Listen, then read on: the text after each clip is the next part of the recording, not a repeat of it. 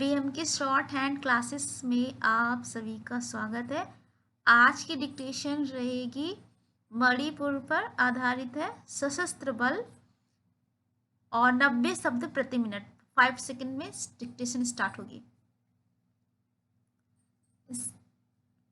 Start.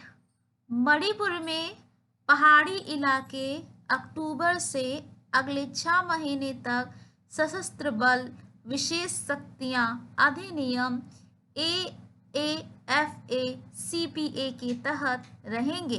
राज्य सरकार ने इम्फाल घाटी के 19 पुलिस स्टेशनों के अंतर्गत आने वाले क्षेत्रों को छोड़कर पूरे राज्य में कानून लागू करने की अधिसूचना जारी की है। अधिसूचना उस शक्तिशाली कानून की प्रयोज्यता पर यथास्थिति बनाए रखती है जो सशस्त्र बलों को अधिसूचित आसाम क्षेत्रों में बल के उपयोग में व्यापक शक्तियां प्रदान करता है।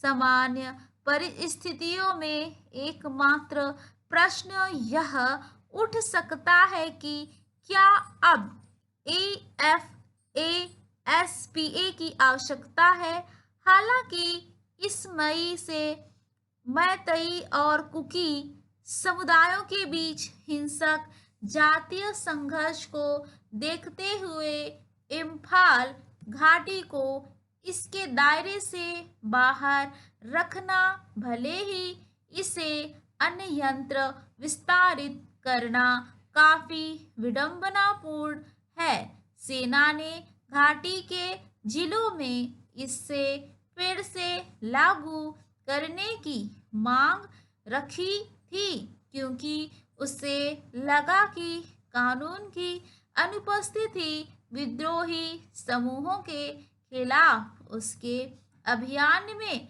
बाधा बन रही है, जो राज्य में पैर जमाने के लिए अशांति का इस्तेमाल कर सकते हैं।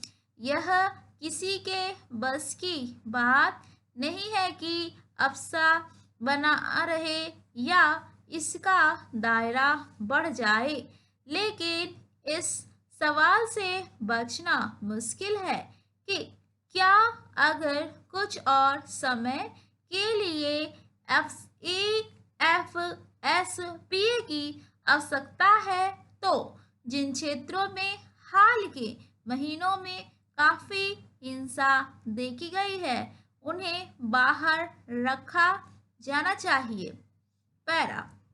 शायद सरकार का तर्क यह है कि आफ्सा का उद्देश्य केवल उग्रवाद विरोधी अभियानों में लगे बलों को कानूनी सुरक्षा प्रदान करना है, न कि आंतरिक संघर्ष के बीच कानून और व्यवस्था की ड्यूटी में लगे लोगों को। हालांकि इस स्तर पर घाटी के जिलों को आफ्सा AFSPA से बाहर करने को सरकार के पक्षपातपूर्ण आचरण का एक और उदाहरण माना जा सकता है। सरकार द्वारा आसाम क्षेत्रों की सीमा पर यथास्थिति बनाए रखने का एक कारण यह है कि इस समय जब सुरक्षा एजेंसियां कानून और व्यवस्था बनाए रखने में लगी हुई हैं, तो जमीनी स्थिति का विस्तृत आकलन संभव नहीं है। इसके अलावा अधिसूचना में कहा गया है कि किसी क्षेत्र को आसान घोषित करने का मुद्दा काफी संवेदनशील है और इससे सार्वजनिक आलोचना और प्रतिरोध हो सकता है।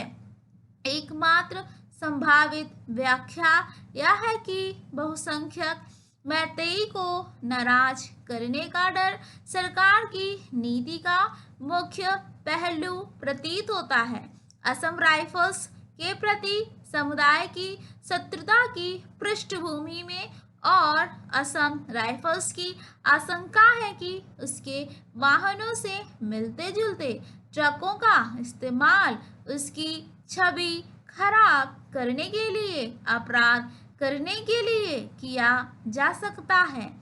स्थिति आगे संघर्ष की संभावनाओं से भरी है।